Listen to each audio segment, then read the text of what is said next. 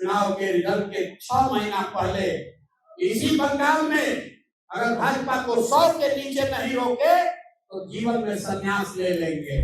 आज आपको नई व्यवस्था खड़ी करनी है तो विचारधारा आधारित व्यवस्था बनानी पड़ेगी। हमने कहा था कि मेरे कथनी पर मत जाइए, मैं जो कर रहा हूं उसको देखिए। पूरे देश के मुसलमानों पर सीए एनआरसी का तलवार लटक रहा है।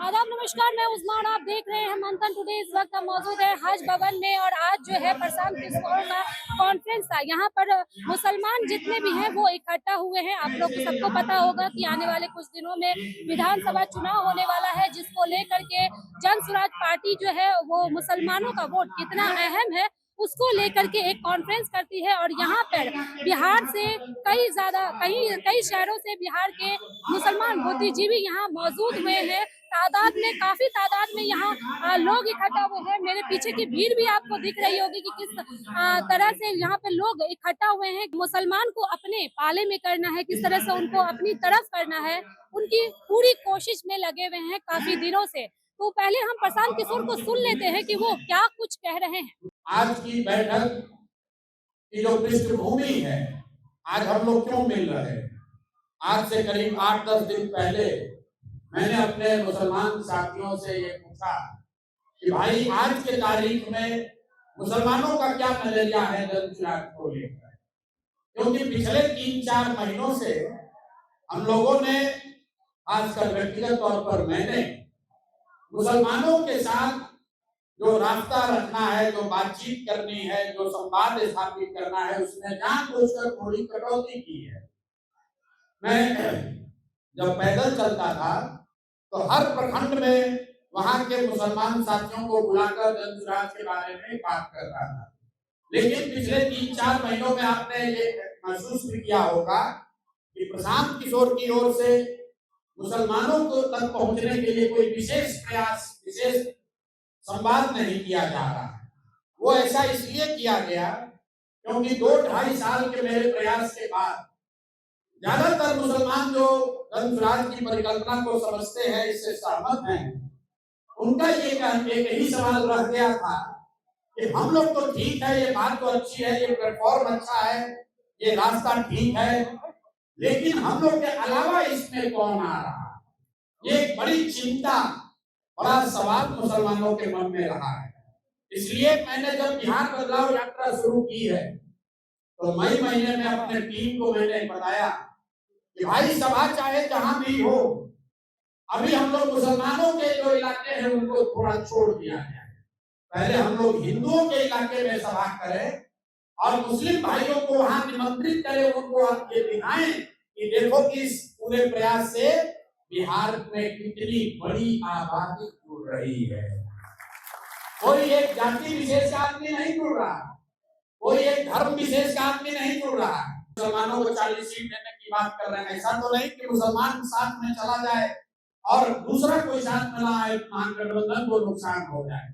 आज महागठबंधन वाले आराम से बैठे हैं, उनको लग रहा है कि पिछले 2-3 महीने में तो सारा एनडीए का, भाजपा का ही वोटर जन स्वराज की ओर जा रहा है, लेकिन उसको नहीं मालूम है अब हम लोग गियर बदलेंगे, क्योंकि मुसलमानों ने पहले ही तय कर लिया है, मुसलमानों ने पहले से ही सुन लिया, समझ लिया, तय कर लिया।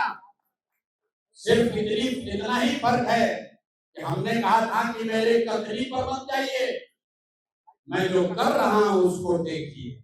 आप देख रहे हैं 2 वर्ष में जितनी बड़ी व्यवस्था जन स्वराज ने बनाई है देश के इतिहास में। जीत हार की चिंता छोड़ दीजिए, लेकिन देश के इतिहास में मैं दावे के साथ कर सकता हूं कि बिहार जैसे बड़े राज्य में इतने कम समय में इतनी बड़ी व्यवस्था किसी ने राजनीतिक व्यवस्था नहीं बनाई।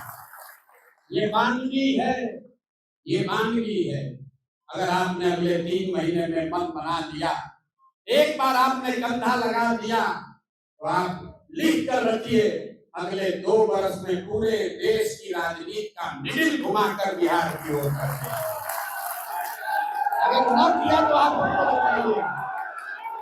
आपकी सारी चिंता सारी चिंता 29 तक नहीं पहुंचने देंगे, 27 में ही मामला निपटा दिया जाएगा। आप खाली कंधा लगाइए, आप कंधा लगाइए, और आप में से जो लोग दानीश्वर हैं, समझने वाले लोग हैं, आप समझते हैं आपकी लड़ाई 29 में नहीं है, आपकी लड़ाई 27 में है।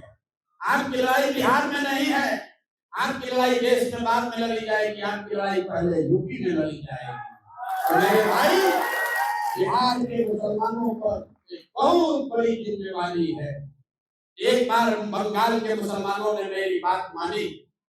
2021 में मालदा के मुर्शिदाबाद के मुसलमानों ने मेरा आग्रह माना और उन्होंने ममता बनर्जी को वोट दिया। आप जाकर जांच लीजिएगा, 2021 से पहले 10 बरस से ममता बनर्जी पूरे देश के मुसलमानों पर सीए एनआरसी का तलवार लटक रहा है, और इसको रोकने का एक ही तरीका है कि भाजपा को बंगाल में हराया जाए। वहां के मुसलमानों ने ये बात समझी और उत्तर दिनाजपुर में, मालदा में, मुर्शिदाबाद में भाजपा का छोड़िए कांग्रेस का भी खाता नहीं खोला, एक लाइन से टीएमसी जीत कराई। और आप याद कर लीजिए 2 मई